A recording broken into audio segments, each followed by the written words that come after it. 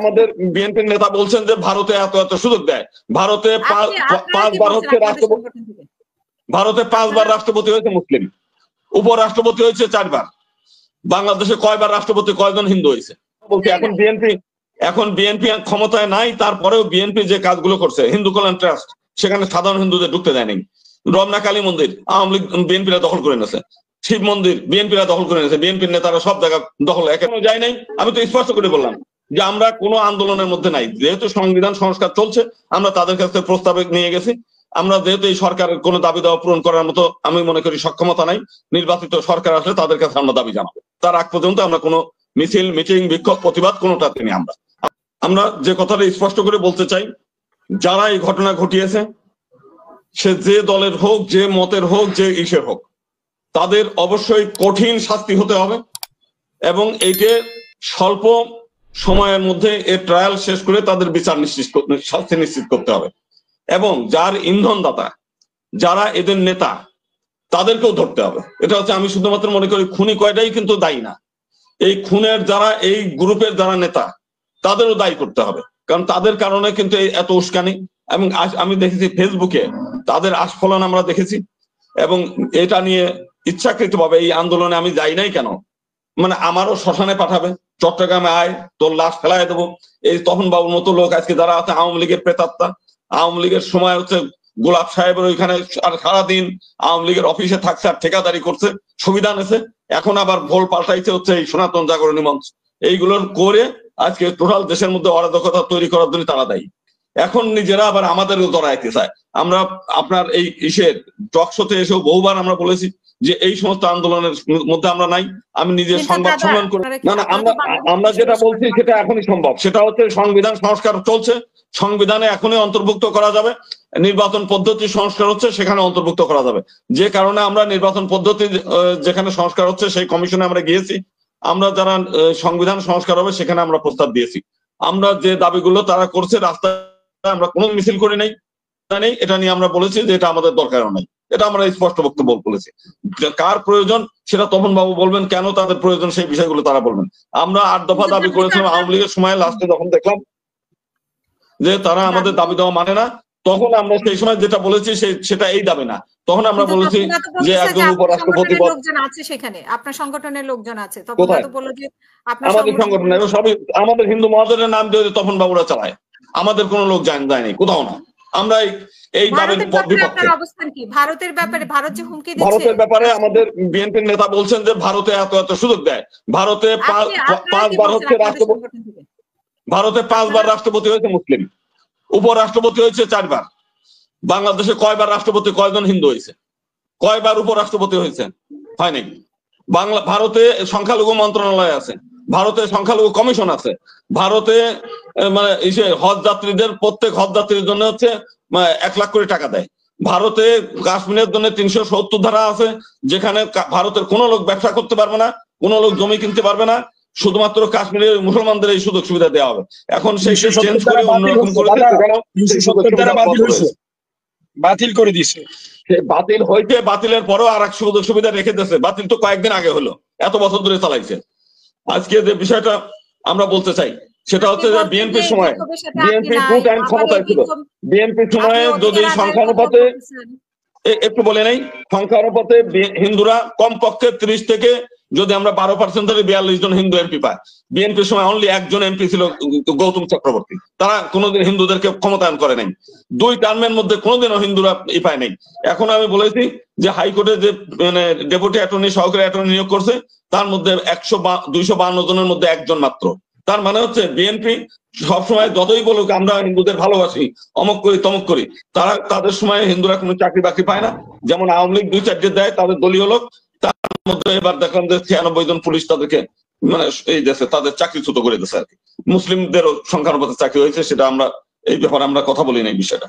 তা আমাদের মূল বক্তব্য হচ্ছে যে বিএনপি আওয়ামী লীগ 2 পক্ষই হিন্দুদেরকে মানে কণ্ঠসা করে খাতায় বন্দি রেখে তারা সুবিধা নিতে চায়। কেউ হিন্দুদেরকে সেই সুযোগ সুবিধাগুলো দেয় না। আগে বলতেন যে শুধু আওয়ামী লীগ, এখন বিএনপি কেও আপনি যুক্ত করে দিয়েছেন। আপনি আগে বলছেন বিএনপি তো এখন আমরা বলেছি বিএনপি যে সময় আওয়ামী লীগ ক্ষমতায় ছিল আমরা আওয়ামী লীগের কথা বলছি। এখন বিএনপি ক্ষমতায় নাই, তারপরেও বিএনপি যে কাজগুলো করছে, হিন্দু কল্যাণ ট্রাস্ট সেখানে সাধারণ হিন্দুদের ঢুকতে দেয়নি।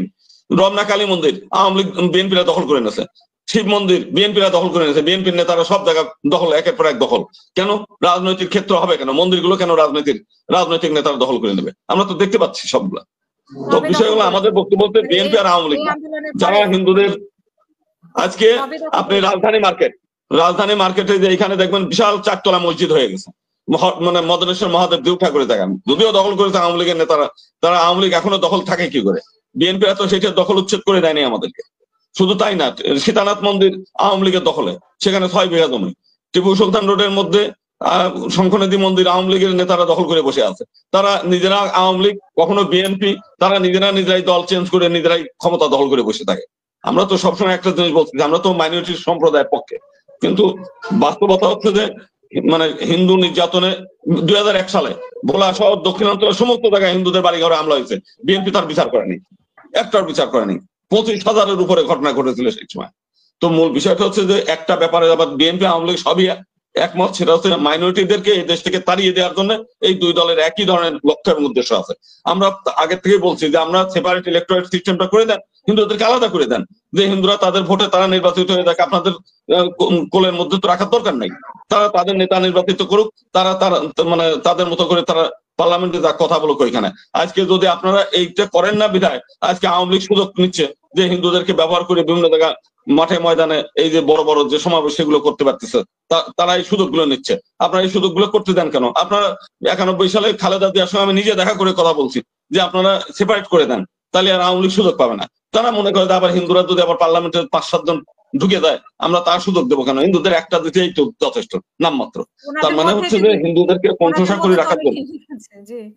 আপনি যে বলছেন যে আপনি একতরফা এখন বিএনপি কে বলছেন, এক সময় আপনারা আওয়ামী লীগকে বলতেন, আপনারা মানে এখন বিএনপি তো ক্ষমতায় নাই কয়েকবার, এখনো বিএনপি ক্ষমতায় নাই, তো আপনি বিএনপি ক্ষমতায় আসে নাই, কিন্তু বিএনপি সর্বস্তরে বিএনপি দখলে।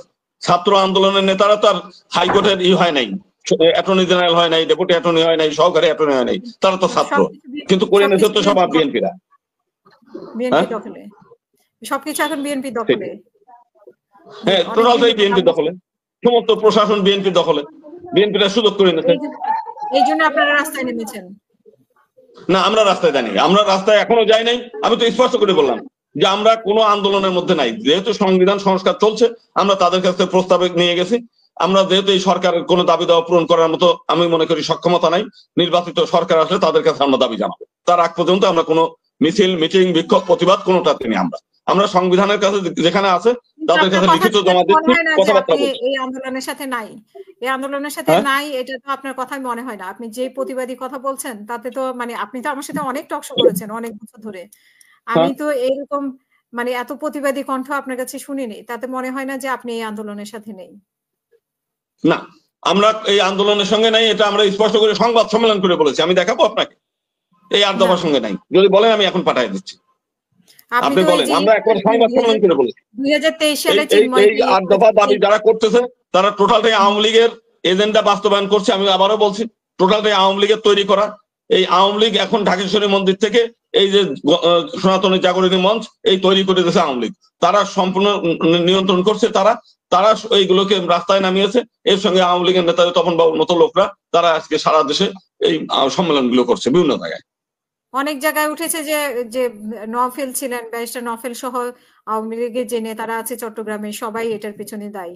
আপনি কি জানেন এটার কিছু? কারা? মানে আওয়ামী লীগের যে নেতারা, নওফেল, ব্যারিস্টার নওফেল সহ আওয়ামী লীগের যে নেতারা ছিল চট্টগ্রামে আছে, তারা এই আন্দোলনের ইন্ধনদাতা। না, শুধু তাই না, আওয়ামী লীগের সারা বাংলাদেশের আওয়ামী লীগের নেতারাই এদের অর্থদাতা, শ্রমদাতা, মানে লোকদাতা। এটা তো আমরা দেখতে পেয়েছি সব জায়গাতেই। এটা শুধুমাত্র নওফেল না, ওদেরকে যে রংপুরের যেটা প্রোগ্রাম ওখানেও তো কি নাম ছিল, খালিদ মাহমুদ, তারা ওইখানে আমাদের সামনে তো আর টাকা পয়সা দেয় না, আমাদের কাছে যেগুলো ইনফর্ম আছে যে তারাও এখানে জড়িত। সব জায়গাতেই আওয়ামী লীগের একটা ইন্ধন আছে। তা নাহলে শেখ হাসিনা মানে সেই মানে ভারতের মধ্যে কোথায় আছে সেখান থেকে বিবৃতি আসে কি করে?